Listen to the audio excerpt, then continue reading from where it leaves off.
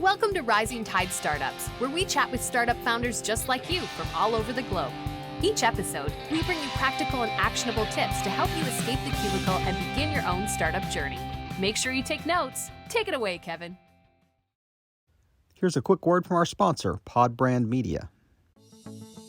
As a business owner, new sales leads are essential. At Podbrand Media, we create a branded podcast for you to generate those leads by interviewing your best potential clients as subject matter experts. Not only creating great rapport, but also great content to share in your industry.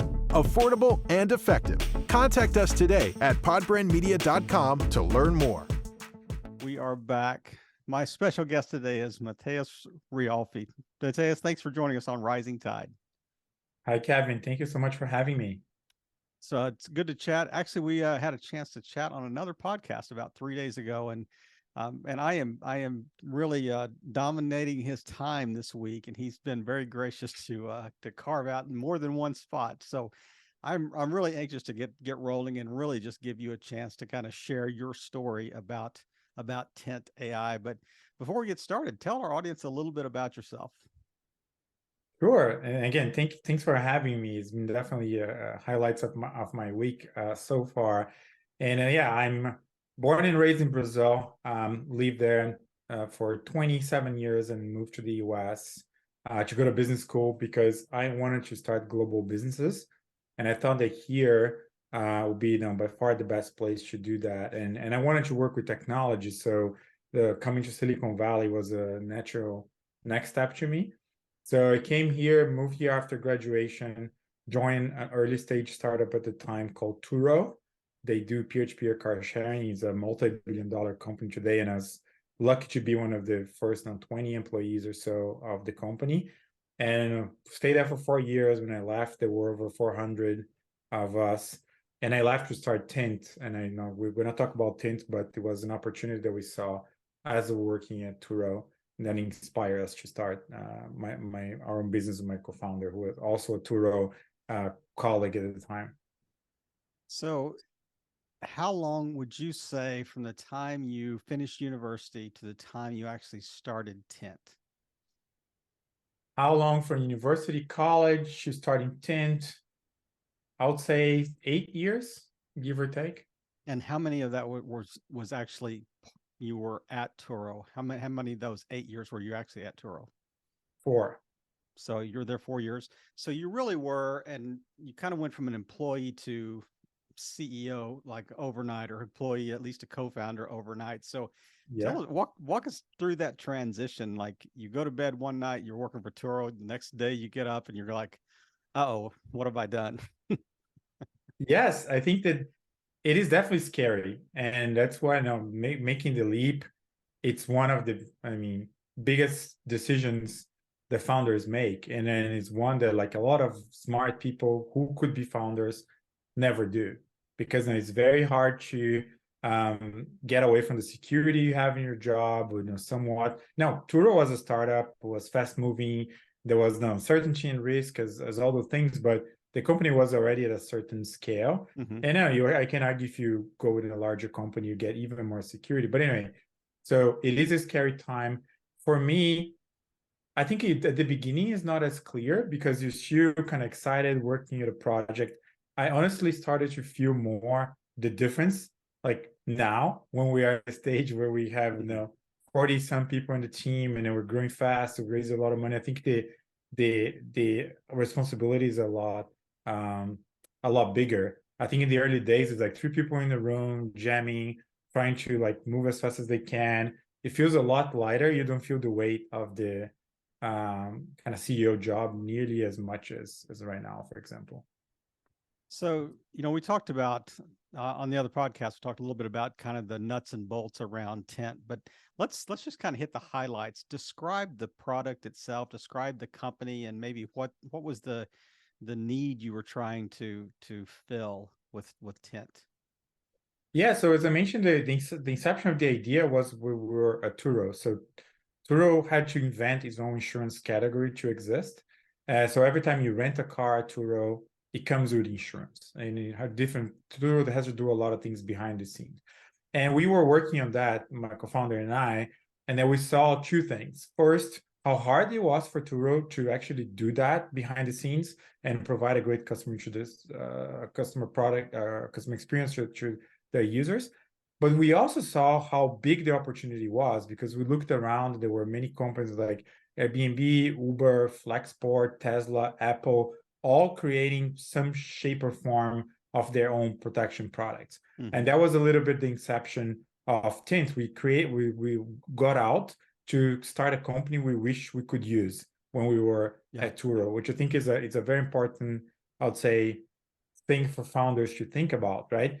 And so what Tint does is like it really helps any company create their own protection product. So think about Airbnb. There's air cover, which means there's insurance protection if the apartment catch fire while you're staying there, if your kids break the TV, whatever it happens. Airbnb put together a protection product. There's a feature of their core kind of apartment or house rental experience, and it works similarly for users. So that's the kind of experience that we want to power for any company out there. Is it, insurance is broken up into so many different like lines. Like, you got health, you got a car, you got home, you got liability, you've got medical, you got all kind of health insurance. So are there any lines that you wouldn't create a product for?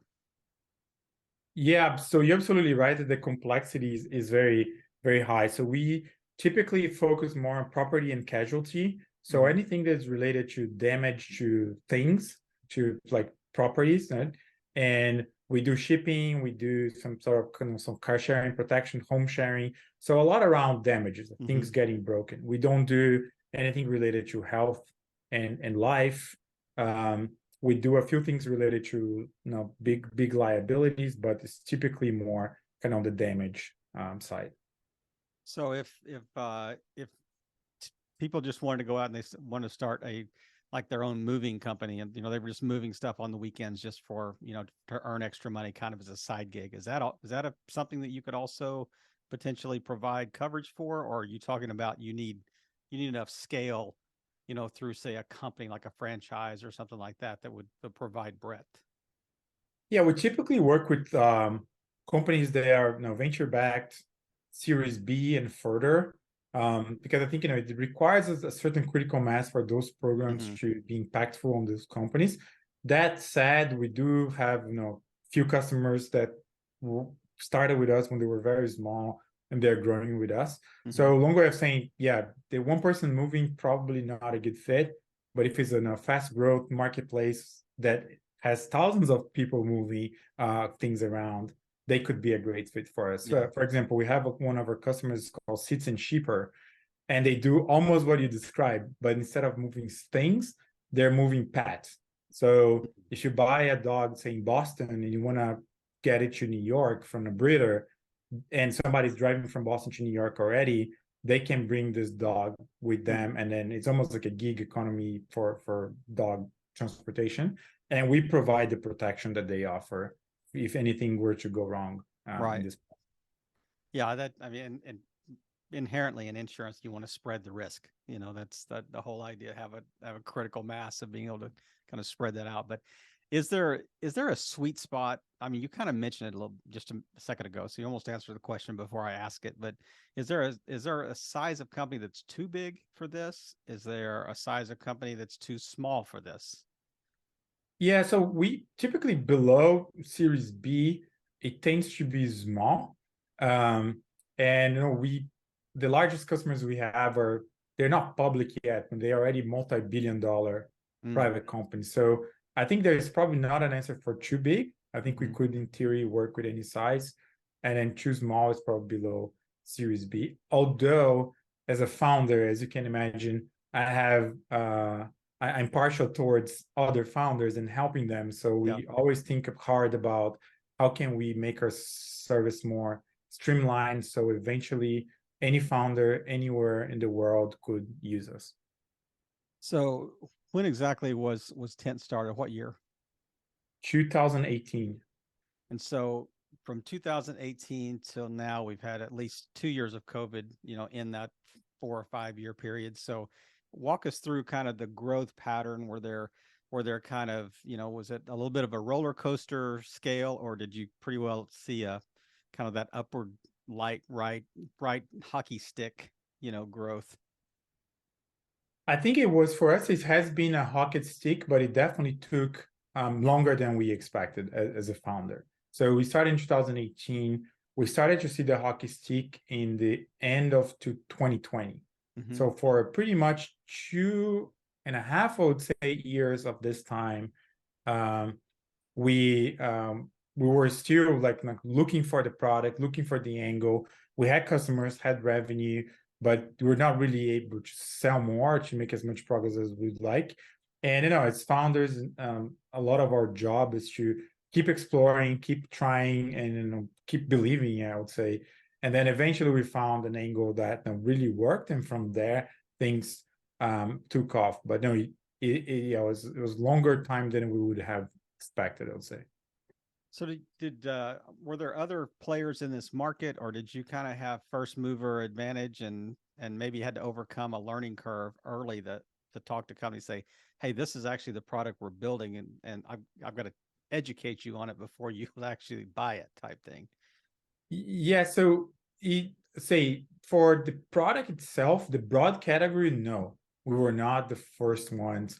As I mentioned, we were building the same products for Turos, few, I don't know, 8 years ago, right? Mm-hmm. So in that was sense, more internal, right? That it was like internal, but we didn't create the concept. This as a service, if you will. There were already a few companies starting to play around with this concept. I would say the how we deliver it's very different. So Mm-hmm. we still have to do a lot of education on the how and why we're different from those folks. But I would say we didn't have to. Oh, the market's so early stage that I would say all of us are still educating the market for the potential customers on the benefits. Yeah, that is. So is your approach so different that you don't necessarily have to compete on price, or are companies still very price conscious when they're talking about this embedded coverage or embedded feature of their product? Yeah, what we're seeing is that the customers they are less concerned about price than we expected. So if the company is ready and they have made a decision of monetizing protection products or other fintech products is important to us, they are less cost conscious. Mm-hmm. We did some experiments, sometimes removing some of our fees and see that could move conversion faster, and it doesn't, or at least didn't for us, not at that time. Right. Yeah, that is such an interesting story of and I think it repeats itself over and over again, where people have they're working in a company, they start working on a feature or a product, kind of that almost an entrepreneur, instead of an entrepreneur, because you are embedded in a company, and then it grows so much that you kind of step outside of that. But was there any IP battle when you walked out of Turo that said Turo goes, wait a minute, you built this while you were here? So the short answer is no, because at the end of the day, the technology we're building, everything was what we wish we had at Turo, right? So it was not exactly rolling out the same things. Like Turo built a peer-to-peer car sharing protection solution, and we were building in a scalable infrastructure that can work for any use case. We have one customer that does peer-to-peer car sharing, but other than that, all our customers come from different use cases.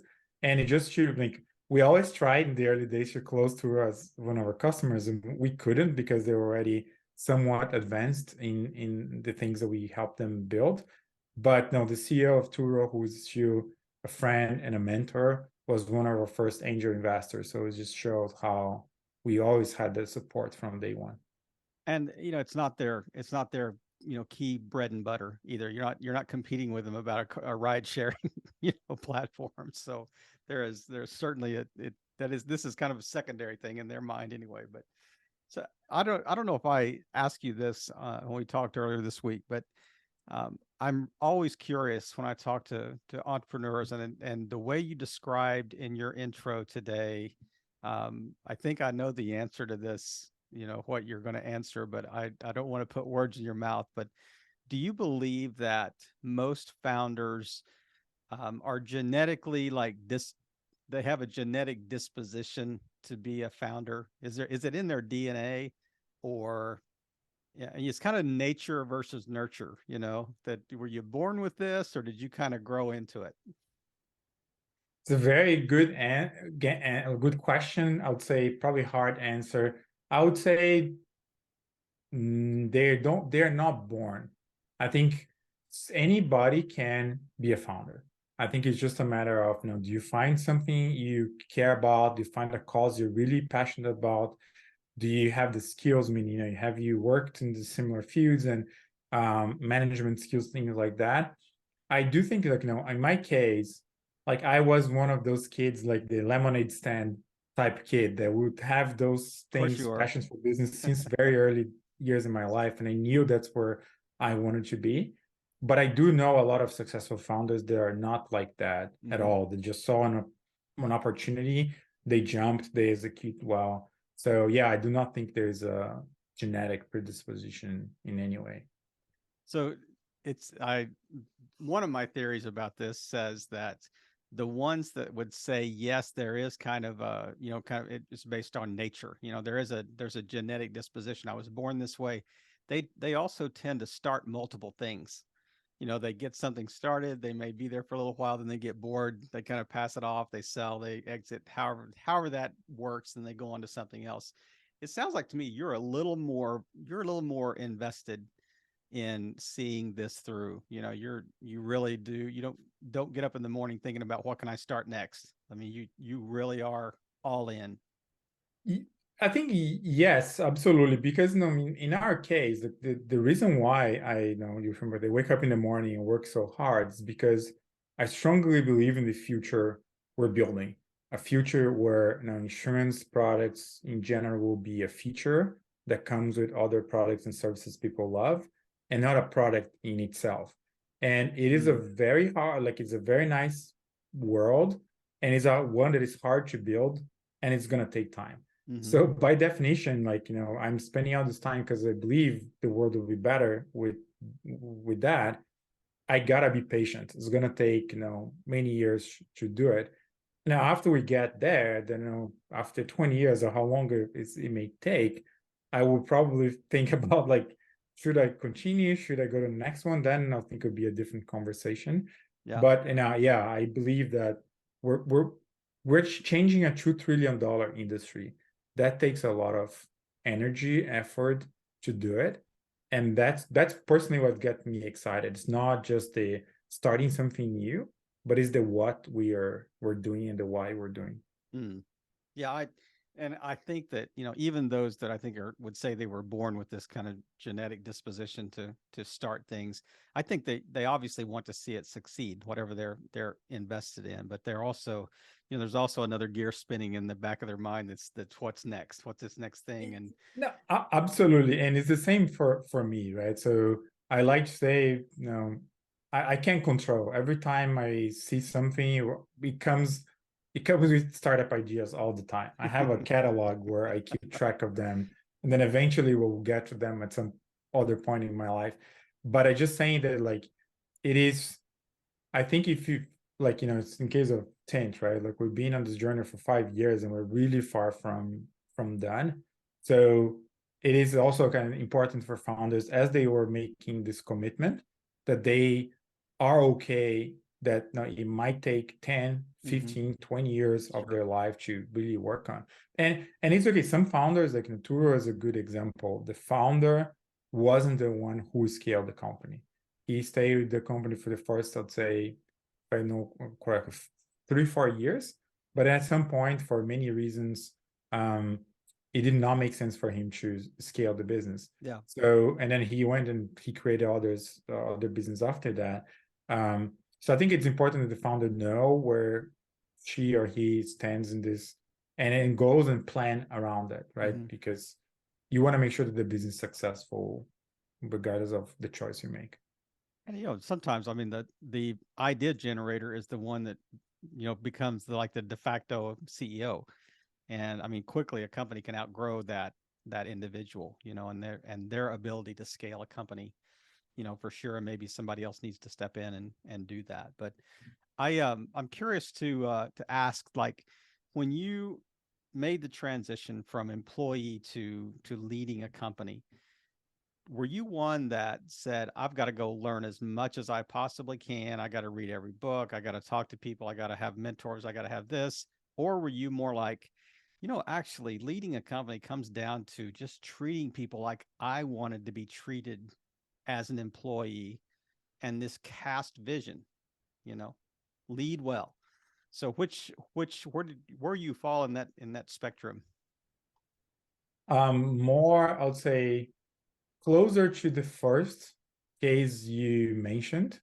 So I think like definitely, I didn't know much about different kinds of insurance, for example, right? We have seen car sharing type of insurance and knew that very well, but not as much the other one. So I went out and like did a quasi master's in insurance and risk management to learn the tricks. We talked with a lot of founders, attended many conferences. So I believe I'm strongly a believer of the idea of beginner's mind, like coming with something with a fresh mind, but being able to learn as fast as you can to get to a baseline when you can actually make difference. And that's typically how I approach problems. And part of this maybe is my background. My first job after college as a management consultant, where you would jump in the first day in a client, you probably knew nothing about the industry. And in 3 months, you had to deliver a very strategic, smart presentation to the CEO of that company, who has been in business for probably 20 years. And then you got to go from zero to that in 3 months. So I trained myself in this very compressed kind of learning cycles.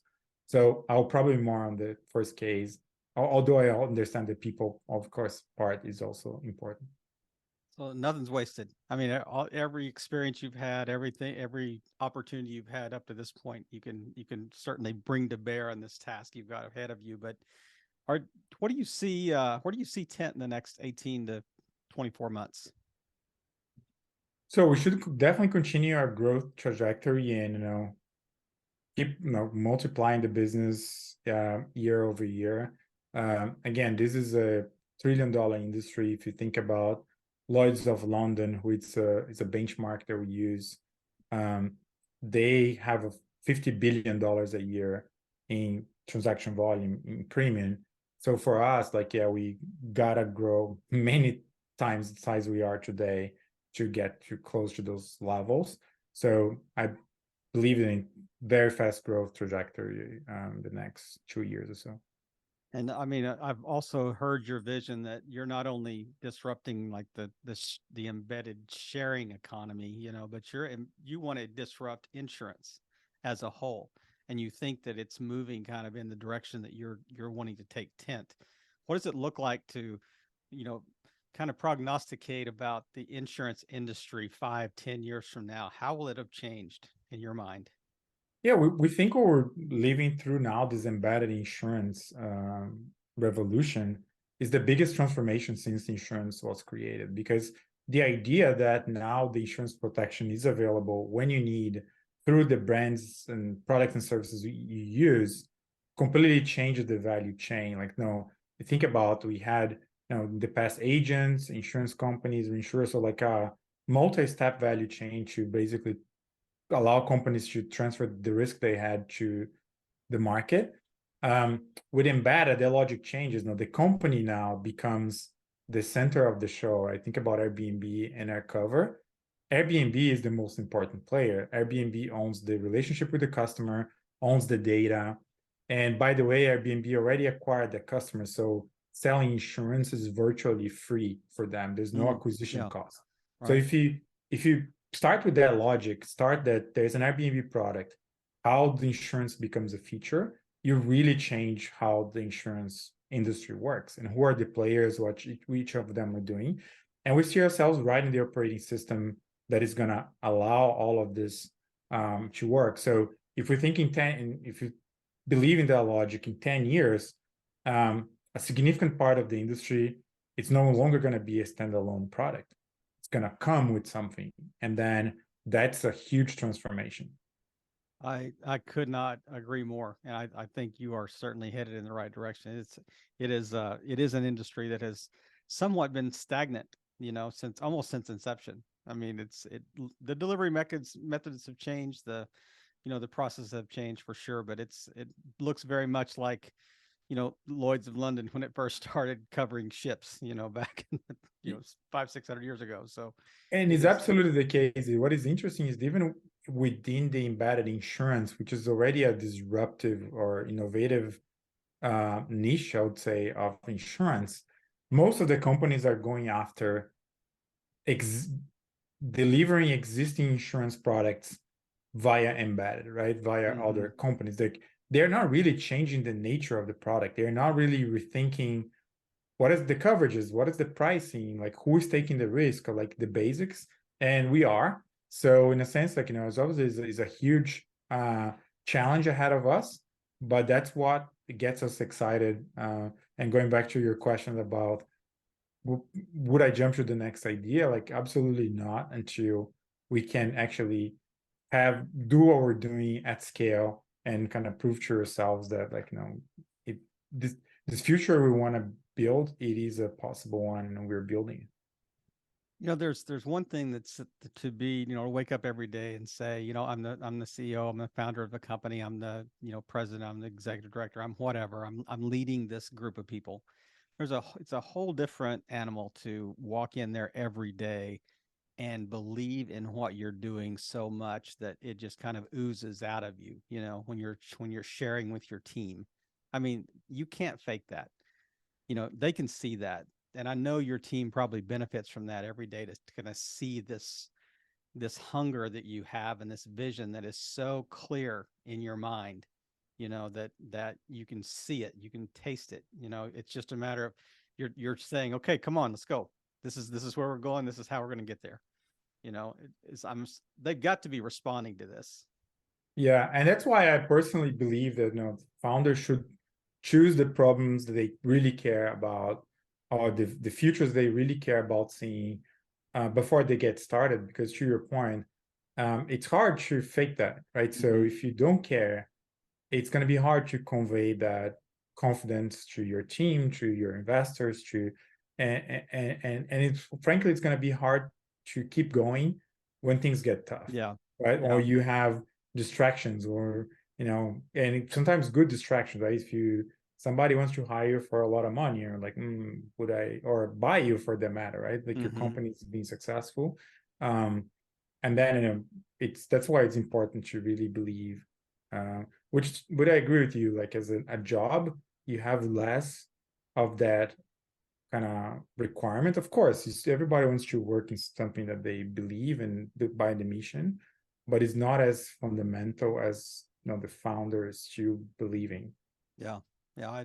I absolutely agree. Absolutely agree. And as we wrap up today, I just got a couple of questions at the end that I would love to hear your thoughts on. Just the idea, as we're talking to people, that, regardless of what industry, if they're sitting in a cubicle wanting to start something, if they're just getting started in leading something, or creating a company, what are one or two really, I think, salient points, really key points that you wish you would have known when you started leading Tint, that you think would be a real game changer today? What are one or two lessons that you've learned along the way that are really key?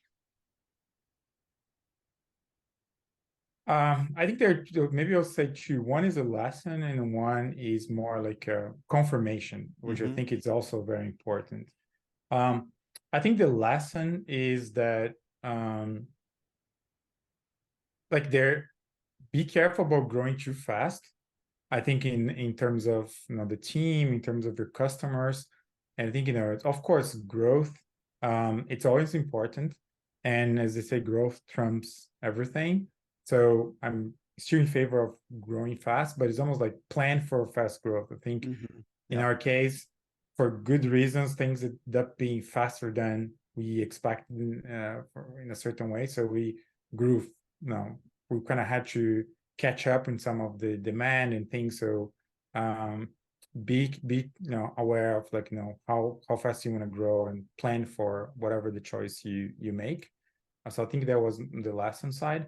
On the confirmation, I think something I'll say I knew, but it has proven to be mission critical, and I think we touch about this tangentially, is grit is the most important thing that the founder will have, because it's going to take longer than you expect. It's going to be a lot harder, and the thing that is in between failure and success is going to be your ability to keep going.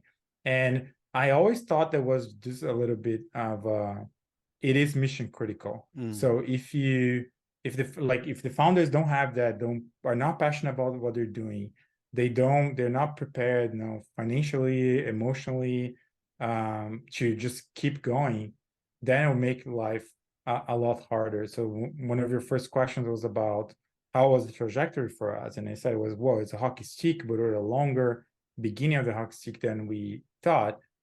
I'd say many founders would have quit, right? Like taking 2.5 years to start seeing the traction they were hoping the first month. But I think, that is the flip side of this is like, if you have that, you just never going to stop. It's a little bit of the Paul Graham from YC, be a cockroach, like impossible to kill.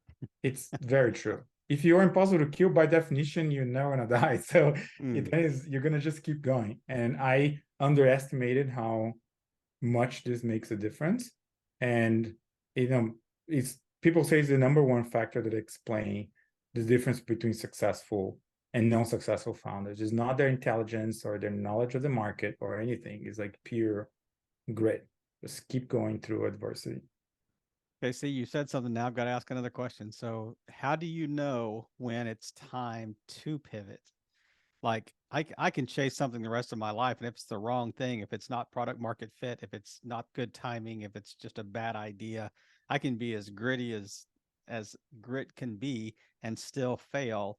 Or I can, just hit something right at the right time and everything works. But it sounded like to me that, and I think you've got a perfect example. Were there points in that first year and a half or whatever that you're thinking, is this really going to work? Or did you know coming out of Turo enough to know that it's just going to take time? We know it's going to work. We know that there's a need there. What was the reality?